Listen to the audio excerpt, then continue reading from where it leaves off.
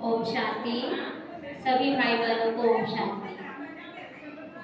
हम सभी बहुत सुंदर ये पर्व मनाने आए हैं, गौरी और शंकर का, और जिसमें शंकर जी और पार्वती जी की पूजा की जाती है, उनकी आराधना की जाती है। क्यों? ये समझने की बात है कि क्या पतियों की उम्र लंबी हो रही है कि अभी हम सबकी उम्र कम हो रही है। हम सबकी उम्र अब कम हो रही है, और आजकल तो सभी लोग भविष्यवाणियां कर रहे हैं कि बहुत जल्दी अब इस कलयुग का अंत आ रहा है। इस कलयुग का अंत, परम पिता परमात्मा जब ब्रह्मा तन में अवतरित हुए थे तो उसी समय ये भविष्यवाणी किए थे कि 2034 से 36 तक ये कलयुग परिवर्तन होकर सतयुग में बदल जाएगा। तो कलयुग से सतयुग में परिवर्तन कैसे होगा? तो वो ज्ञान अभी परम पिता परमात्मा हमें दे रहे हैं। इसीलिए जिसके लिए गायन होता है कि तमेव माता च पिता तमेव तमेव बंधु च सखा तमेव तमेव विद्या द्रविणम तमेव तमेव सर्वं मम देव देव। तो तुम ही हो माता, तुम ही हो पिता, तुम ही हो भाई, तुम ही हो बंधु, तुम ही ज्ञान देने वाले हो। तो कौन सा ज्ञान दिए? आज देखेंगे कि चारों तरफ कोई ना कोई ज्ञान दे रहा है। कोई राम की कथा कर रहा है, कोई कृष्ण की कथा कर रहा है, कोई कुछ कर रहा है। लेकिन क्या हमारे जीवन में परिवर्तन हो रहा है? आज हमारे जीवन में बहुत सारी परिस्थितियां आती हैं। एक तरफ आप देखेंगे कि 10 लोग खुश हैं, तो एक के घर में मातम भी बन रहा है, एक के घर में बहुत सारी बीमारियां आ रही हैं। तो अभी हर एक इंसान दुखी है। क्यों? इसका नाम, इस युग का नाम क्या पड़ा है? कल युग। और जब देवी देवताओं का राज्य था तो उसको कहा जाता था सत्य युग। तो कलयुग का मतलब क्या हुआ? जहाँ कलह कलेश का युग, जहाँ दुख बीमारियों का युग हो, जहाँ चिंता हो, और ऐसी दुनिया में हम लोग प्रवेश कर चुके हैं। अब इस कलयुग को भ्रष्ट युग बनने में टाइम नहीं लग रहा है, अभी तो अति भी जा रहा है। जिसके लिए श्री कृष्ण अर्जुन को ज्ञान देते समय कहे थे कि यदा यदा ही धर्मस्य धर्मो ग्लानिर्भवति भारते। तो उस समय बोला गया कि जब जब धर्म की अति ग्लानि होगी तब मैं एक साधारण बूढ़े तन में अवतरित होऊंगा और गीता का ज्ञान दूंगा। जिसके लिए गायन होता है कि बूढ़े ब्राह्मण बनकर कंचन महल की ओर।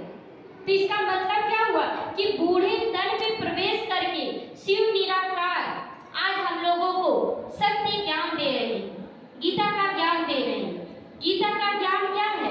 कि आत्मा का परिचय, कि मैं कौन, मेरा कौन। क्या मैं हमेशा इस शरीर में रहूंगी?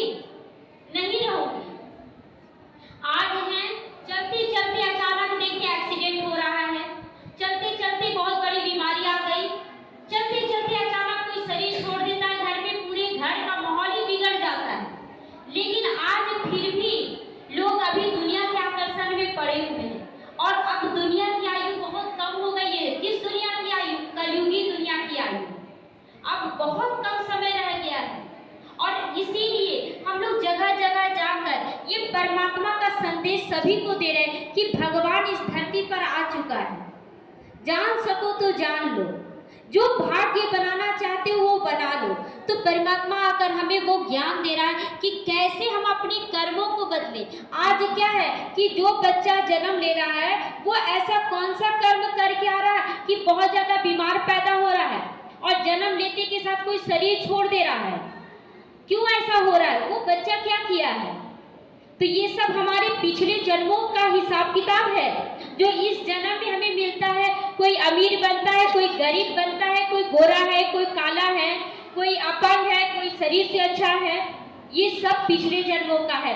तो इस जन्म में खुद परम पिता परमात्मा आकर हमें कर्मों का ज्ञान दे रहे हैं कि कैसे हमें कर्म करना चाहिए, और सत्य परिचय दे रहे कि मैं कौन हूँ। क्या ये शरीर हूँ मैं?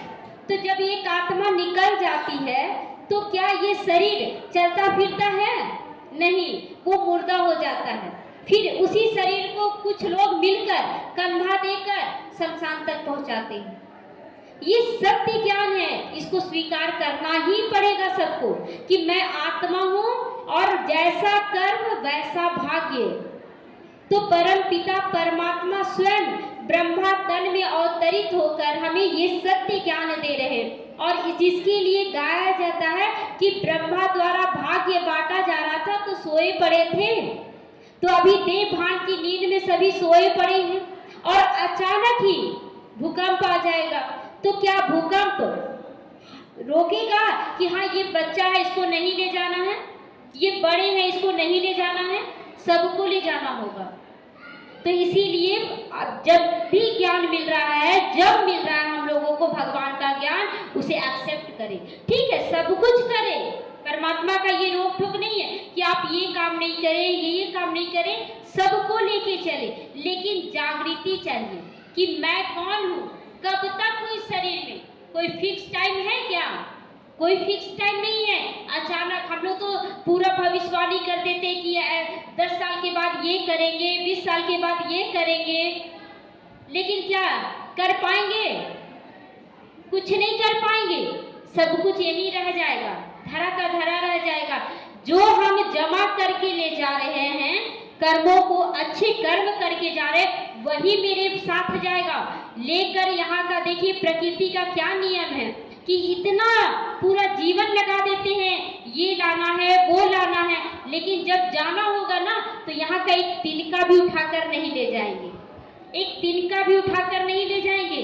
और ये नहीं कि आप ले जाइए, प्रकृति का खुली छूट है, लेकिन ले जा सकते हैं? कुछ भी नहीं ले जा सकते। लेकिन क्या ले जा सकते हैं? कर्म लेके चल सकते हैं। तो कर्मों का ज्ञान भी तो होना चाहिए ना। आज हम लोग क्या करते हैं कि तन द्वारा तो कर देते हैं किसी की सेवा, या बोल द्वारा भी मीठे बोल बोल देते हैं कि आप बहुत अच्छे लग रहे हैं, लेकिन मन में चल रहा कुछ भी अच्छी नहीं लग रही है ना।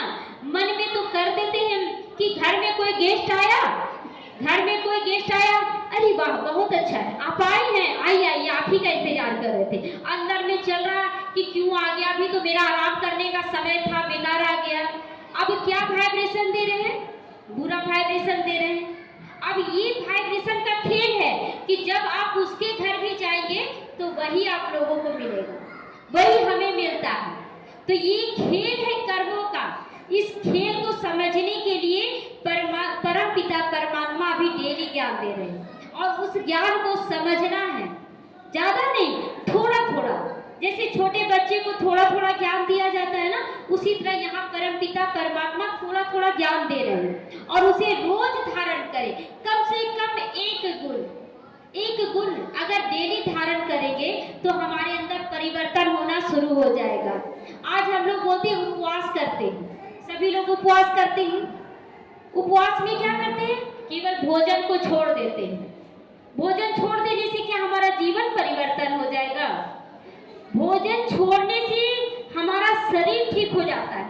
चलो कुछ दिन के लिए चलो पेट को राहत दे दिए कि चलो आज भोजन नहीं दे रहे हैं तो मेरे पेट को राहत, लेकिन मन को क्या भोजन देना चाहिए? आज क्या है कि सब कुछ ठीक है, यहाँ से हम डिस्टर्ब रहते हैं, कुछ भी कमी नहीं है, फिर भी आज लोग डिप्रेशन में जा रहे हैं। क्यों जा रहे हैं डिप्रेशन में? सब कुछ तो ठीक है, क्योंकि जो मन को चाहिए ना वो मिल नहीं रहा है। जो सच्ची शांति, सच्ची सुख चाहिए वो नहीं मिल रहा है, उसके लिए लोग भाग रहे हैं। तो अगर डेली ज्ञान सुनते हैं तो ये सब समझ में आता है कि उपवास किस चीज का करना चाहिए। अगर हमारा बच्चा आकर कहे कि मुझे पेन या पेंसिल चाहिए, आप बोलिए, बच्चे बोले ना कि एक दिन के लिए उपवास करते हैं, मुझे एक पेन दे दो। मैं एक दिन का उपवास करता हूँ, मुझे ये ड्रेस चाहिए, आपको अच्छा लगेगा? अच्छा नहीं लगेगा। उसी तरह परम पिता परमात्मा हमारे माता पिता है, और हम लोग उपवास करके सोचते हैं कि भगवान ये दे देगा, भगवान वो दे देगा। इतना निर्दयी नहीं है वो, बोलता है सब कुछ खाओ, सब कुछ पियो। उपवास किस चीज का करना है? उपवास अपने अंदर के विकारों का करना है। जब हम गुस्सा करते हैं तो सबसे पहले अपने आप को खराब कर देते हैं, बुरा बना देते हैं, और अपने अंदर जो अच्छाई था उसको दबा देते हैं। जब हम दूसरे पर गुस्सा करते हैं, गुस्सा तो दूसरे पर ही किया जाता है, दूसरों पर करते हैं तो उसका भी मन बुद्धि डिस्टर्ब हो जाता है। तो हम कितना पाप का बोझा चढ़ा रहे हैं, अपने लिए तो चढ़ा रहे हैं, दूसरों को भी दुख दे रहे हैं तो वो और 100 गुना चढ़ जा रहा है। और हम लोग फिर जब हमारे पास परिस्थितियां आती हैं, कुछ भी विघ्न आता है, बीमारी आती है, तो जाकर भगवान को कहते हैं कि भगवान हम तो इतना पूजा किए, पाठ किए, फिर किस बात की सजा दे रहे हो मुझे, किस बात की सजा दे रहे हो। ये पूछना माना क्या कि भगवान पे आरोप लगा रहे हैं कि भगवान तुम हमें दुख दे रहे हो। कितना बड़ा आरोप है। जब हम कर्म कर रहे थे तब देख नहीं पा रहे थे, लेकिन आज हमारे साथ दुख होता है तो डायरेक्ट भगवान के ऊपर उंगली उठाते हैं। तो यही ज्ञान परमपिता देते हैं कि बच्चे मैं तुम्हें दुख नहीं देता हूँ, मैं तो केवल तुम्हें कर्म सिखाता हूँ कि कैसे तुम्हें कर्म करना है। आज हम लोग कहते हैं कि शिव और शंकर एक हैं, एक नहीं है।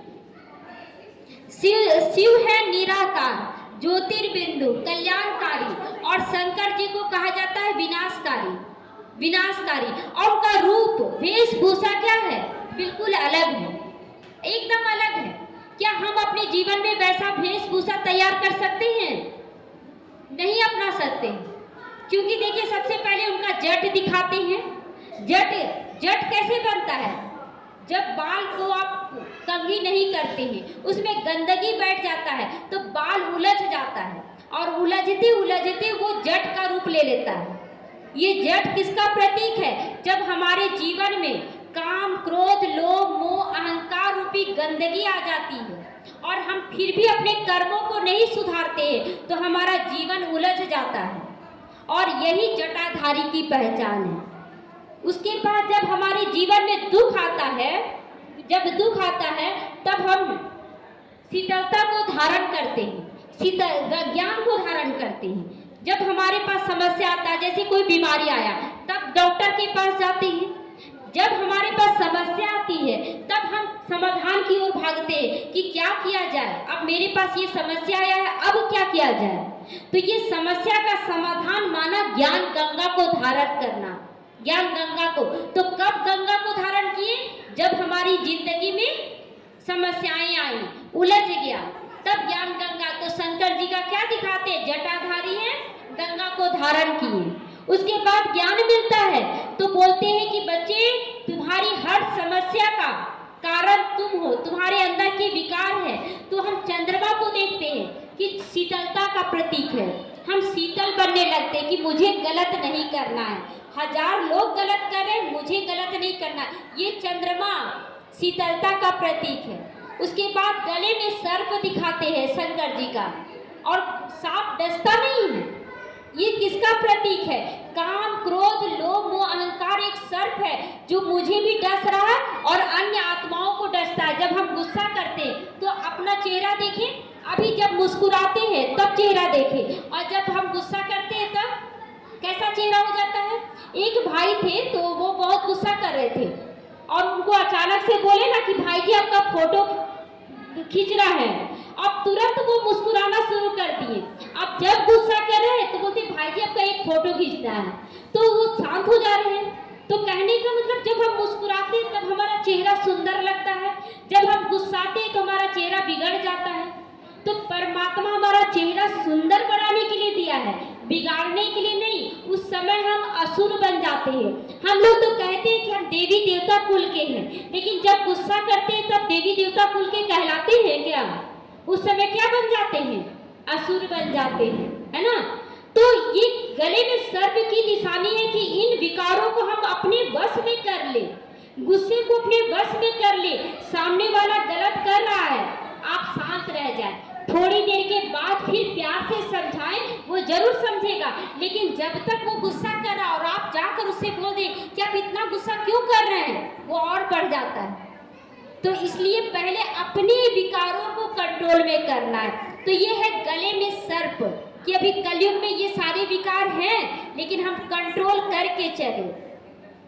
उसके बाद दिखाते हैं कि उनके शरीर में कौन सा वस्त्र रहता है। निर्वस्त्र रहते हैं, वो वस्त्र रहता है, छाल रहता है, लेकिन ऐसे इस वस्त्र को तो धारण नहीं करते हैं।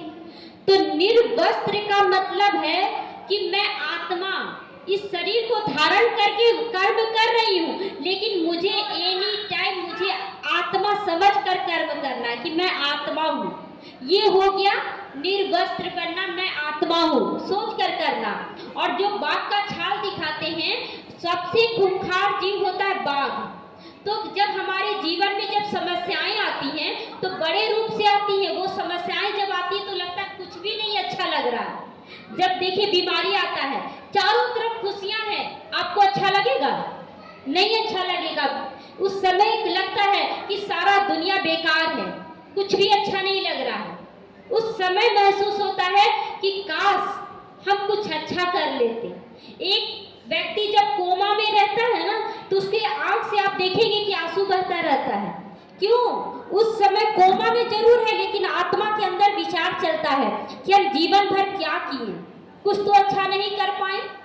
तो वो सोचता है कि आज इस स्थिति में हम पहुंच गए, हम अपने कर्मों से पहुंचे हैं। तो इसीलिए उसकी आंख से आंसू गिरता रहता है कि हम बहुत गलत किए। हे पिता परमात्मा, आप तो हमें भेजे थे अच्छा कर्म करने के लिए, लेकिन आज हम बुरा करके जा रहे हैं।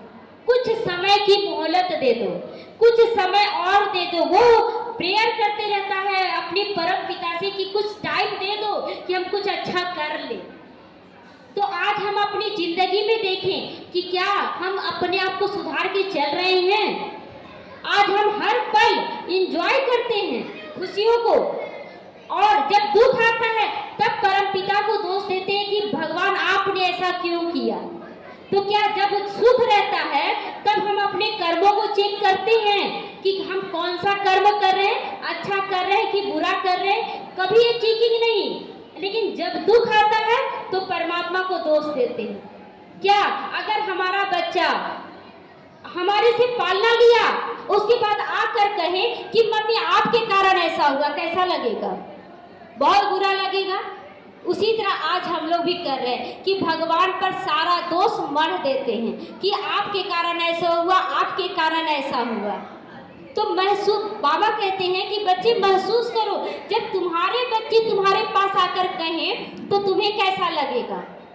तो आज हम लोग भी कह रहे हैं। तो ये ज्ञान हमें पल पल अपने अंदर के सुधार को जागृत करवा रहा है कि बच्चे तुम सुधार करो, अपने अंदर को सुधार करो, तभी हमारा जीवन सुखमय बनेगा। आज हमारा जीवन पल पल दुख की गहराइयों में गिरने वाला है। अचानक ही हमारे जीवन में दुख आ रहा है। तो इसलिए परम पिता का संदेश हम लोग यही देने आए हैं कि भगवान को पहचानो। अब समय बहुत कम बचा है, बहुत कम समय बचा है। हम लोगों को अपने कर्मों को सुधार करना है। ओम शांति।